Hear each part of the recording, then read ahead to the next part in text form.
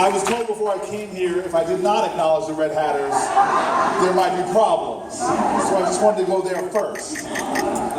Second of all, talk about attractive. Dina, thank you very much for saying. I just want to thank you for all that you do and standing up. Beauty, in my opinion, is something people talk about, but it really comes from the inside, and you radiate it in a balanced way because you're beautiful on the outside, but what you do for people every day is absolutely beautiful. So thank you very much.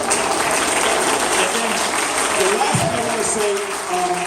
the last thing I want to say in terms of introduction is just Commissioner Weekly, who to me, I met him and I felt like I met a brother in the cause.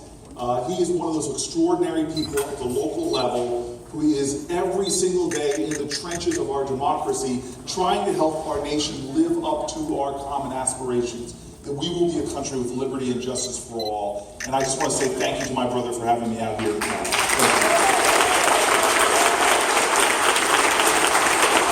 So I'm going to speak for a little bit, but then we're going to have a Q&A, and then I hope there's going to be questions from here. And there's a lot of issues going on, from international issues to issues right here in Nevada. To the extent that I can talk about those, I want to.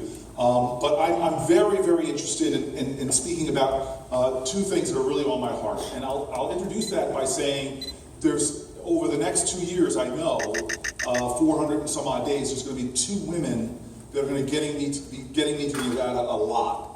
The one has been doing it a lot already, and that's my mother, who lives here in Las Ventanas, and my aunts and uncles live here. My grandmother, up until just months ago, 97 years old, she just passed away. We just had a memorial service, but this was the state that took such good care of her as well. And so for my mom and her cooking, I will be out here quite a bit.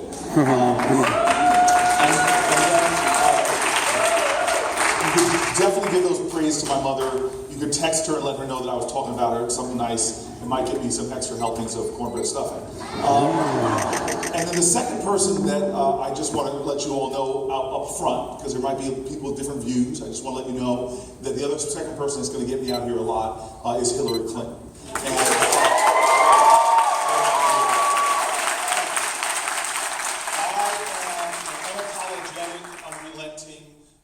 Supporter of hers on both reasons, both personal and political. I say political simply to say that as a United States Senator, having had a chance to engage with her on policy, I'm very animated by the fact that we resonate on policy and that I think she has the right focus for our country, especially understanding that our nation is going in some trends that we should all be concerned about. We have some very disturbing trends in our country that belie our history. And when I say this, please know, if you know anything about me in the Senate, I'm not the most partisan guy. I just don't believe it. I want you to know I work really closely with Harry Reid, who's been like in fact, my father passed away here in Las Vegas, and he sat by my father's bedside, and just an amazing man. But you all the state sent Dean Heller, and he and I have become good friends as well in the Senate, working in a bipartisan fashion to get things done. So I'm not a knee-jerk partisan. But I just want you to know about Hillary. When I say political, I mean by that this country of ours, that I inherited as you did, it's number one in the globe in so many important categories, and lagging in other ones we didn't want to be number one on. In the course of my lifetime, what has changed is that we are now lagging where we used to be leading, and we are now leading where we would want to be lagging. And I like to speak specific, so let me talk about that for a second. We used to be the number one educational country on the planet Earth. And we used to invest in education, we used to create pathways to education, but there's not a person I've met, Republican or Democrat, wealthy or struggling, that does not know that we've created a country now that, compared to our industrial peers, over the lifetime of a child, we're not stepping up. Other countries are leading us in investing in early childhood education, which we all know, before we start talking about first grade, second grade, third grade, the child's brain, we know there's studies of their brains. The most development is being done in those early years. And if they go into kindergarten, first grade, as we often see kids going in so far behind, it is very hard for them to catch up. And I'm a fiscal conservative. Like, I haven't met I live in Newark. Haven't met anybody in Newark that's not a fiscal conservative. They're not watching their dollars like hawks. And I now know that if you invest in early childhood development, we as a society as a whole get massive return in multiples. Now, we know that we used to be number one in that, now we're not. We're falling behind. All the way through to something else that you all know, which is the cost of college. We used to be the country that used to graduate the highest percentage of its people from college, any place else on the planet Earth. Now we've fallen out of the top 10. And when it comes to cost of college, think about this. In Germany, it's about 4% of median income to go to college. In Canada, it's about 6%. In England, about 6 to 7%. In America, it costs 52% of median income to go to college. And so these are the things that make me, when I talk with Hillary, she's so cognizant of and so passionate about changing these trends. Look, we just went through something else. We inherited from our grandparents. It's like inheriting this beautiful home from your grandparents, trashing it, and leaving a home all dilapidated to your children and say, hey, this is your inheritance. Well, that's what we did with our country's infrastructure. We have the number one infrastructure on the planet Earth. Now, depending on the national indices that you look at, we're number 12 to 18. Countries are literally blowing past us in the speed of their roads and their trains and even their aviation infrastructure. And it's crazy that this used to be a bipartisan way. Move federal highway systems, thank Eisenhower. And now we have this country that is unwilling to invest in something that if we were running this like America Inc., like a company, we would be liable for shareholder lawsuits because we're not making the obvious investments that will grow our company, i.e. grow our economy. So I'm just a guy that when I talk to President, excuse me, I'm looking in the future here, when I talk to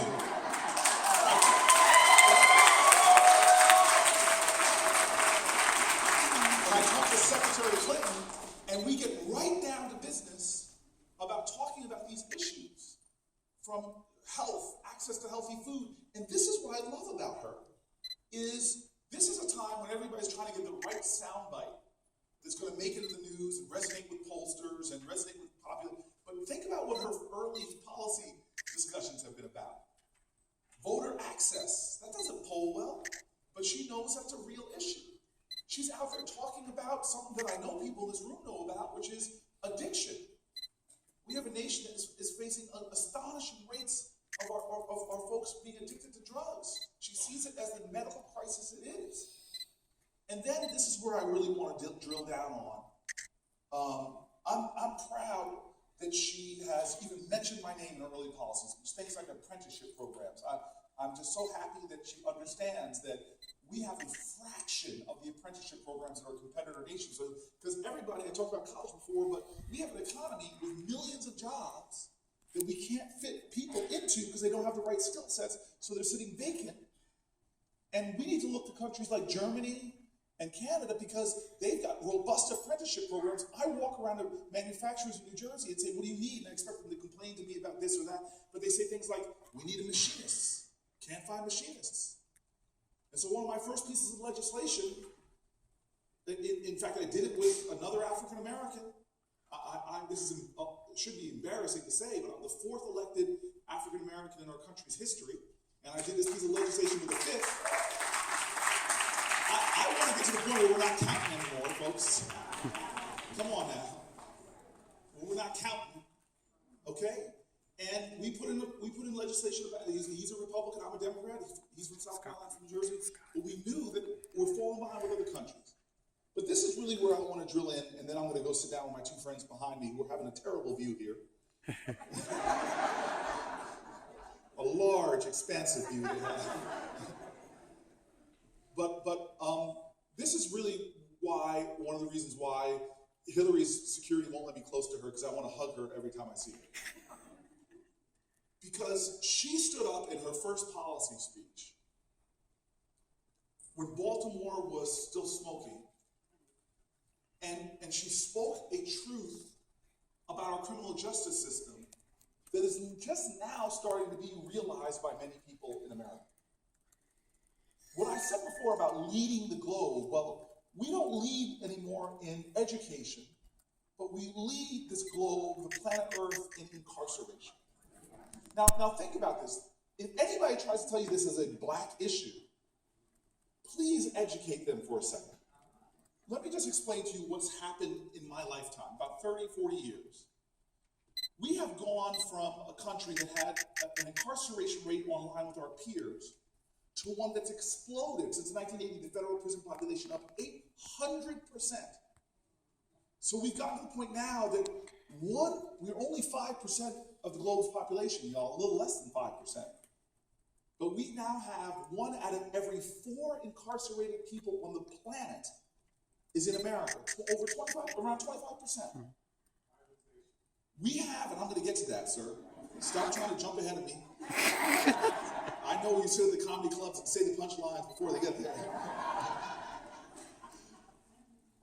But what we have now is a nation that is so incarcerating its people, it's at levels that have really never before seen in humanity.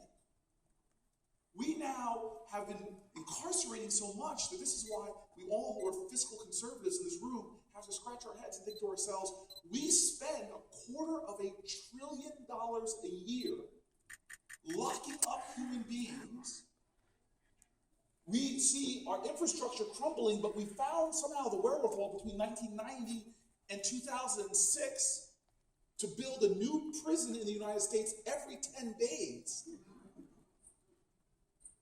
We now are wasting so much of our country's resources that is bleeding our taxpayer treasuries and making us divert investments from those places where we'll get a return on investments and drive it into the black hole of our prison system. But I'm not done yet.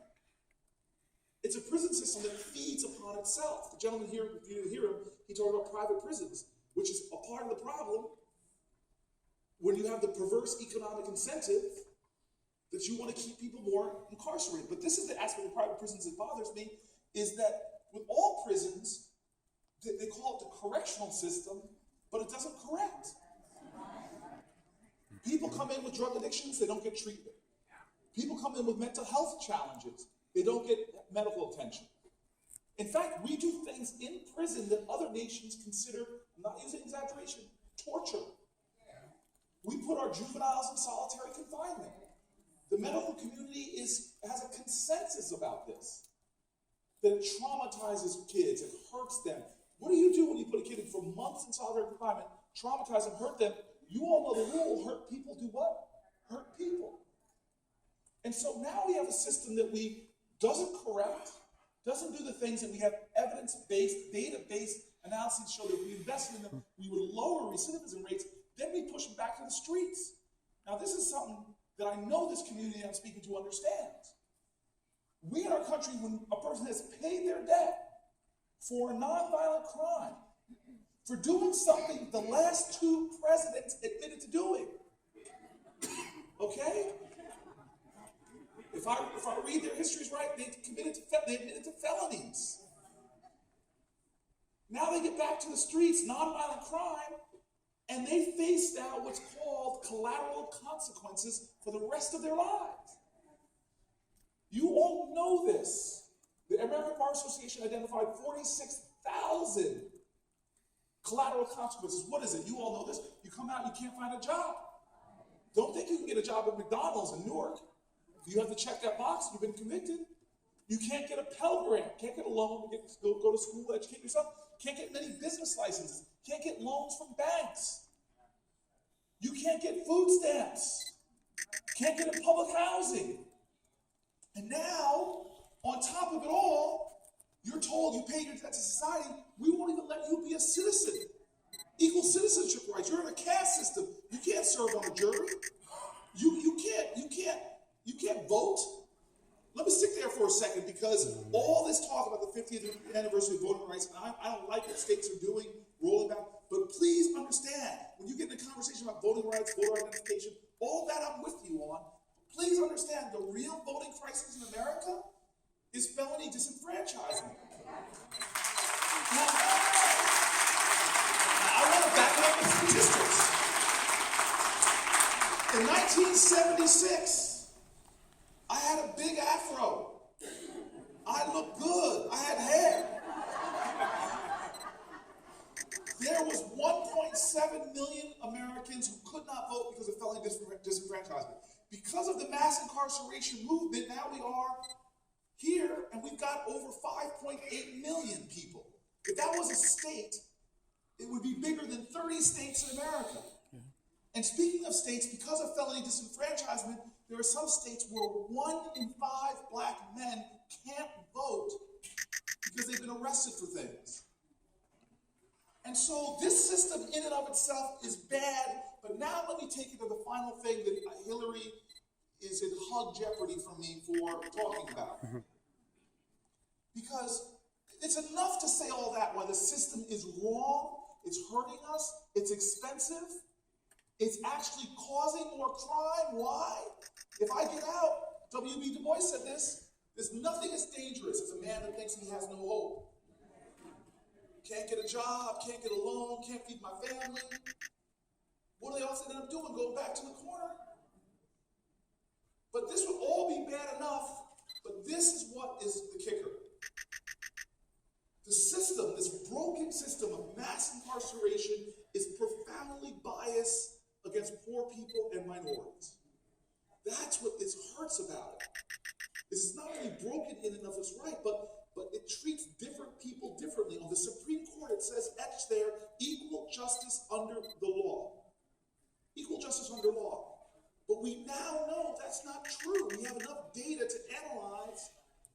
So let me give you some facts. There is no difference. I don't care what people are going to try to tell you.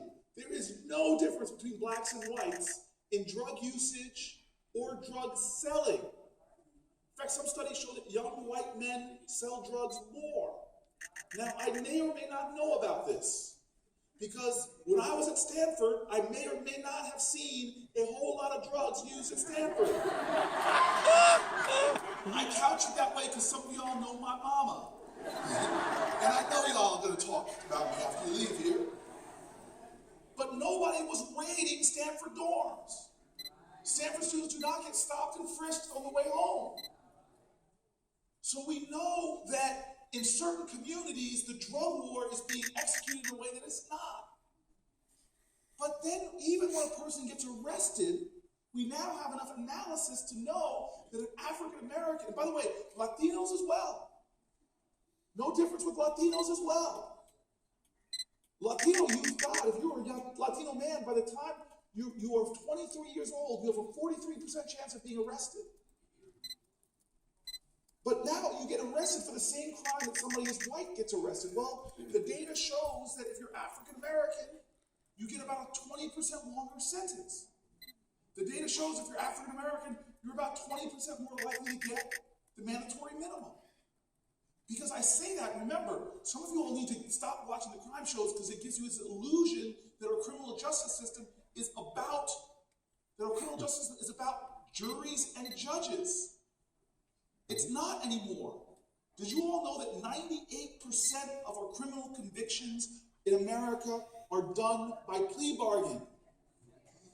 Which has put a tremendous amount of power into prosecutors, who can take and stack those mandatory minimums and say to a young kid, I mean that kid, 18, 19, 20 years old, and say, look, you're facing 15 years, 20 years.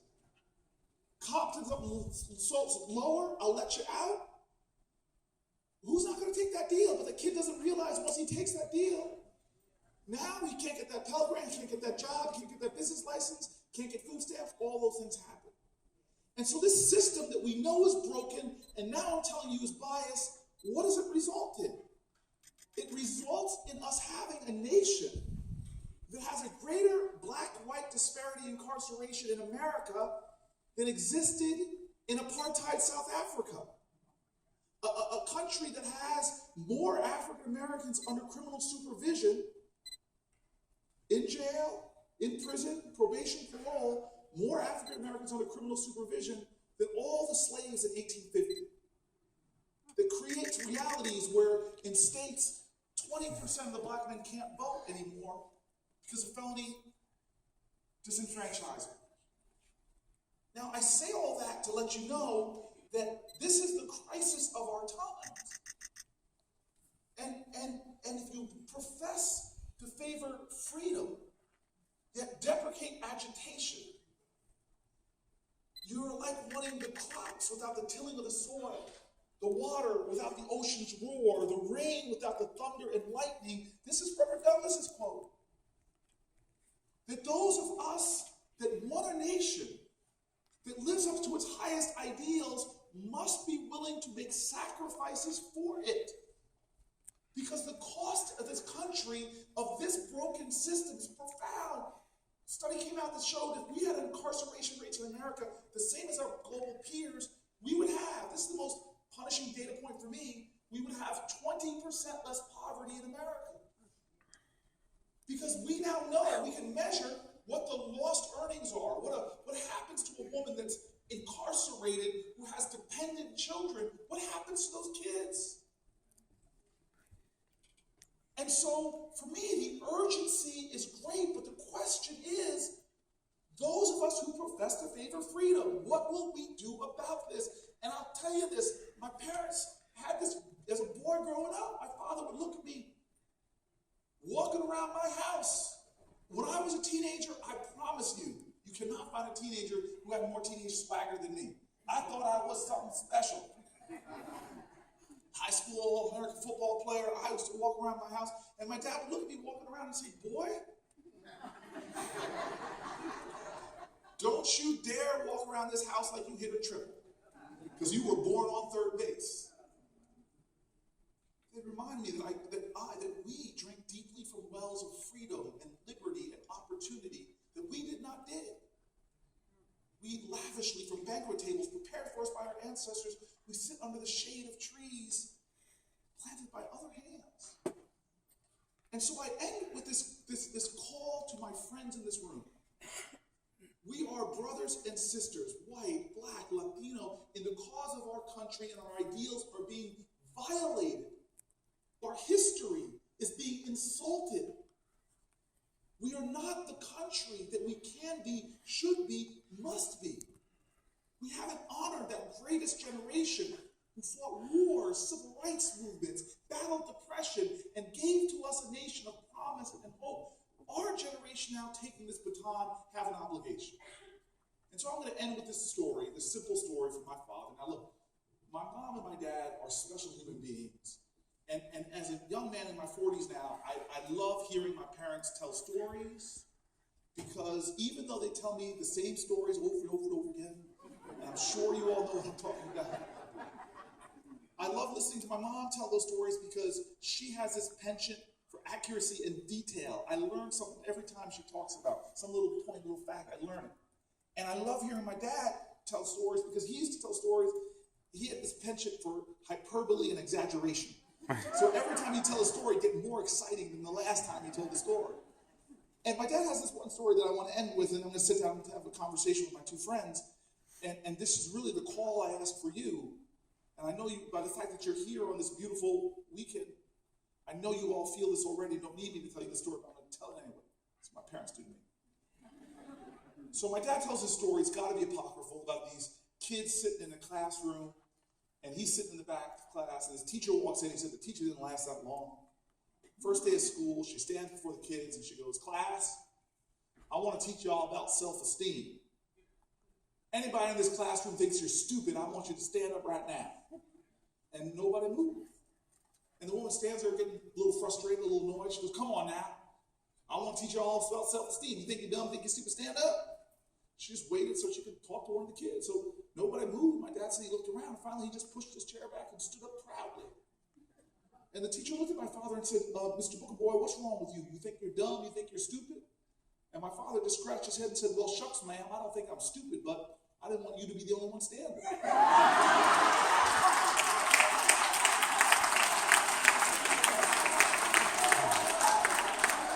Ladies and gentlemen, I say this to you with my heart. People stood for us. They fought for us. They sweat for us. They bled for us. They scrubbed toilets for us. We got to stand up. We got to stand up because we know what our ancestors said. King said change does not roll in on the wheels of inevitability. It must be carried in on the backs of people willing to stand up for it. We know We know what Frederick Douglass said, in life you don't get everything you pay for, but you must pay for everything that you get. We got to stand up. And we may not be called to stand in marches against people with billy clubs and tear gas. We may not be called to stand up on beaches of Normandy. We may not be called to stand and sit in the backs of buses during freedom rides, but our generation is called to the same level of courage and consistency and conviction that our previous ancestors were. And if we are to prove worthy of our inheritance, it's time for us to stand up and engage and activate and inform and take the destiny of this country into our own hands, because it is our responsibility, and direct the course of this country so it does become a nation of liberty and justice for all. Thank you.